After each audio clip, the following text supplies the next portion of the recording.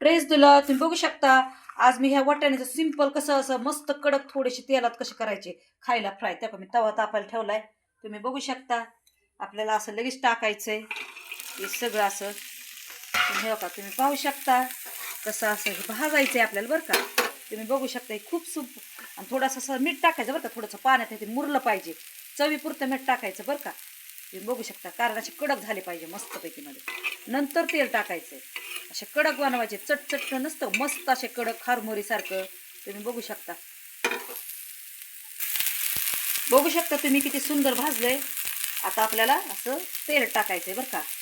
तेलात मस्तपैकी मध्ये असं कडक होऊ द्यायचे असे. आता कारण ते शिजलं गेलंय कारण याचं मी शेंगा आणल्या होत्या बरं का वाटाण्याचे. तुम्ही बघू शकता इतकं सुंदर लागतं ना हे. तुम्ही करून बघा वेगळं काय तर नवीन रेसिपी. तुम्ही हे डब्याला पण देऊ शकता. तुम्ही असं पण खाऊ शकता. खाऊ शकता.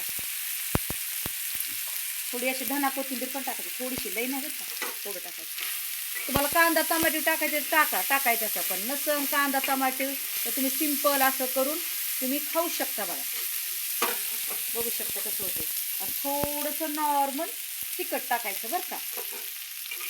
तर झालंय बघू शकता तुम्ही इतकं सुंदर लागतं ना. तुम्ही पाहू शकता बघा.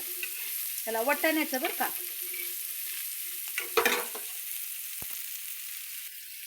बघू शकता तुम्ही हे झालं बरं का. एका प्लेटमध्ये काढून दाखवते तुम्हाला. तुम्ही बघू शकता हे बघा कसं झालंय. थोडीशी कोथिंबीर पण टाकली बघा.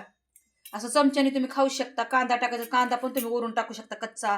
टमॅटो इतकं सुंदर लागतं. धना कोथिंबीर पण टाकली बघा. तुम्हाला माझं वाटाणं करणं कसं आवडलं. तुम्हाला माझी रेसिपी आवडली असेल तर माझ्या चॅनलला शेअर करा लाईक करा. थँक्यू. धन्यवाद. येशूला आमेन.